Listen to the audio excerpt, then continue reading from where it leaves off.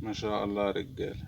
المرايه ولصوص المرايه اول لص اقفشه النهارده. رئيس العصابه تحت شايفه على المرايه. ان شاء الله هجيبه دلوقتي. واخدين بالكم الشليت؟ اتنين جنب بعض يطلعوا بس على المرايه افرمهم. دعواتكم. بسم الله ما شاء الله. بسم الله ما شاء الله. تعالى يا وحش تاخد تسرق المرايه يا كلب. تعالى يا مجرم. تعالى يا مجرم.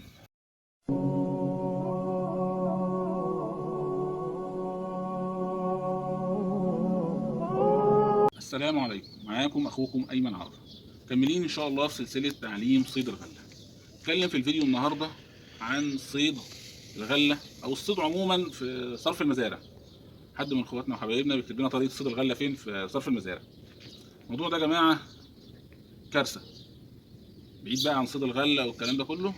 الصيد في صرف المزارع او المزارع عموما او سمك المزارع كارثه. كارثه وجريمه. هنتكلم الاول من ناحيه الصيد.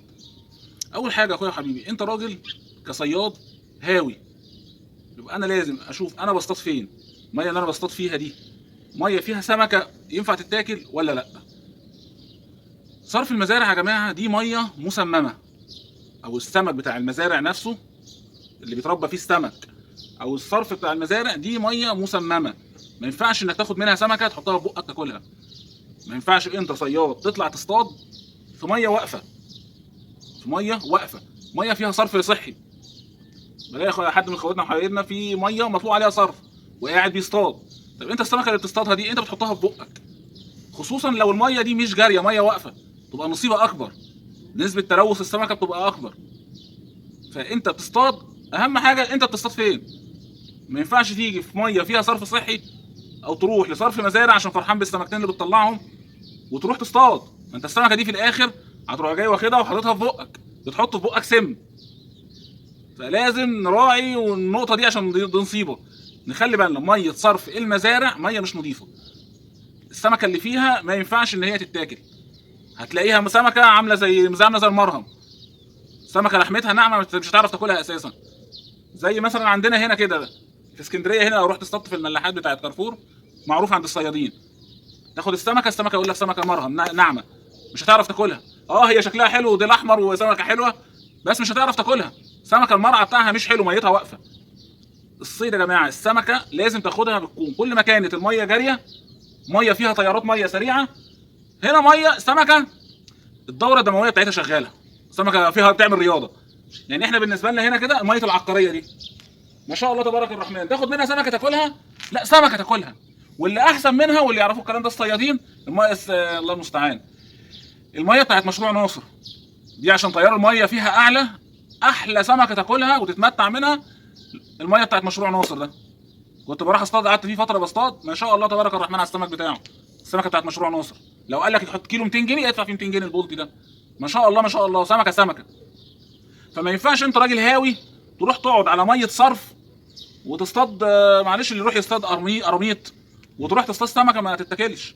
يعني انا جاي المشوار ده، انا جنب البيت ممكن 5 دقايق ماشي جنب مني في ميه، وهطلع لك منها عيال صغيره مش دكوره بقى، بس ميه واقفه. ممكن تطلع السمكه لو عملت الخياشيم بتاعتها كده ممكن تلاقي دوس صغير، بتاع دوس صغير كده او حشره كده. الصيادين يعرفوا الكلام ده ليه؟ ميه واقفه بركه.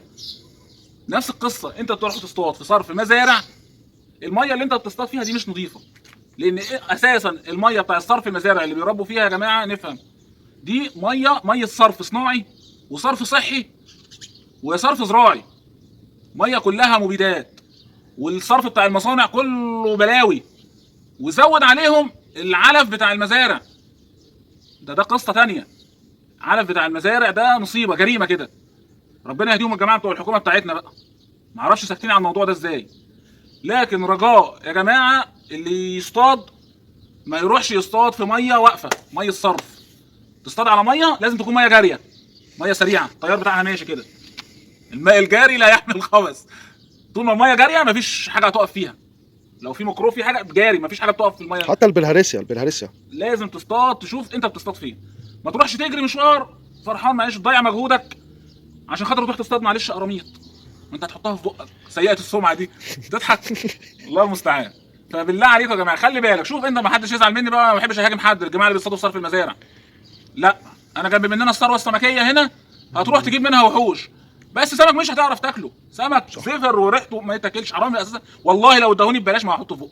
السمك اللي انت شايفه ده وقد كده وحي وبيلعب واحمر، والله لو ببلاش ما هاخده اكله ولا احطه في بقي، انه السمك عباره عن سم. ويا ريت رجاء اي حد بره عن الصيد بقى يعرف حد قريبه وجاره ينشر وعي، محدش يشتري سمك بلطي وبوري مزارع، عشان ده كده معلش بيروح يدفع فلوس في سم، بيموت نفسه بالبطيء. سمك البوري والمزارع والبلطي المزارع سم، والله سم، انا ما بقولش كلام كده. خش على اليوتيوب، خش على جوجل، خش على الفيس، اي منصه، واكتب عليها في البحث اضرار سمك البلطي والبوري المزارع. كارثه كارثه كارثه كارثه. مفيش دوله مع الانتاج اللي احنا بنعملوه من البلطي والبوري بترضى تستورد من عندنا بوري وبلطي، بسبب ان هم حللوا الميه وحللوا السمك بتاعنا، واقفين تصدير بوري وبلطي من عندنا. عشان كده مرطرت في السوق، السمك كله شح الا البوري وايه والبلطي، عشان مصيبه. روح على اي حد بتاع محل فراخ، هتلاقي المصارين، الرجول، الريش، كل ده بيروح على فين؟ على الجماعه ربنا يهديهم بتوع المزارع. مزارع الفراخ الميته، اي حاجه ميته بتروح على فين؟ بتروح على المزارع بتاعت السمك. خصوصا بقى تجمع الجماعه اللي فرحانين بالصيف في كفر الشيخ، معظم المزارع دي في كفر الشيخ. عشان خاطر يقول لك كده ايه كفر الشيخ، تعالى عندنا وانت تعبي جراكن، عبي جراكن سم. فيا ريت يا جماعه يعني بالله عليكم بره عن الصيد محدش يشتري بوري وبلطي مزارع، انت كده بتشتري سم بيجيب فشل كلوي وبيجيب سرطان وبيدمر الكبد وبيدمر القلب، موت بالبطيء. ده كده بقى الله اعلم بقى اسرائيل جايبه لنا مع الحاجات المبيدات اللي جايه في الزراعه. فنخلي بالنا من النقطه دي عشان كارثه. انت عارف عامل زي ايه؟ عامل زي السجاير كده، اللي هو انت ايه بتروح تدفع فلوس بتشتري سم بتحطه في بقك. بس هنقول اخواتنا ربنا يهديهم بتوع السجاير حبايبنا، ربنا يتوب عليهم، هنقول مثلا في نيكوتين ومش قادر ابطل والكلام ده كله. لكن انت هنا مثلا عرفت ان دي حاجه فيها سم، ما فيهاش كيف بقى السمك اللي هتروح تشتريه. وما تاخدش كلامي وتحط ختم، مش هتخسر حاجه. احنا في 2024 تتفرج عليا على اليوتيوب، اكتب بحث اضرار البوري والبلطي المزارع، هتتفاجئ بكوارث. كوارث بمعنى كلمه كوارث. واي مسؤول، اي مسؤول يسكت عن الموضوع ده حسبي الله ونعم الوكيل فيه، عشان ده سم بيروح يتباع للناس، الناس بتدفع فلوس عشان خاطر ايه؟ تروح تاخد سم. فيا رجاء اي حد بيسمعني ابحث عن الموضوع ده، لو لقيته صح اولا انت وقف، واي حد حوالين منك انصحه، الدايره اللي حوالين منك كده قرايبك جيرانك صحابك انصحه، محدش يشتري بوري وبلطي مزارع. اللهم اني قد بلغت اللهم فشل. فرجاء نخلي بالنا يا جماعه من الكلام ده، من النقطه دي عشان مهمه. ويا ريت بلاش حد يصطاد في صرف مزارع، انت راجل هاوي، فما تضيعش مجهودك في حاجه هتضرك. شوف ميه حره، تكون ميه زي اللي احنا قاعدين عليها دي، ميه من النيل، فرع اساسي من النيل وموجود في كل حته. لكن انت هتفرح بسمكتين تسحبهم هيضروك مش هينفعوك. لو اصطدت صح في اي ميه اساسيه نظيفه هتاخد هم السمكتين، لو اصطدت صح واتعلمت صح هتاخد السمكتين، بس هتاكلهم هتستفيد منهم، مش هتاكلهم هيروحوا يجيبوا لك بقى فشل كلى والنصايب اللي احنا شايفينها اليومين دول. يا رب اكون وصلت معلومه، وزي ما قلت لكم يا جماعه ابحث، فهمت، فاهم غيرك وانشر وعي. وجزاكم الله خيرا. ان شاء الله مكملين في الفيديو، ولو في حاجه نصوروها.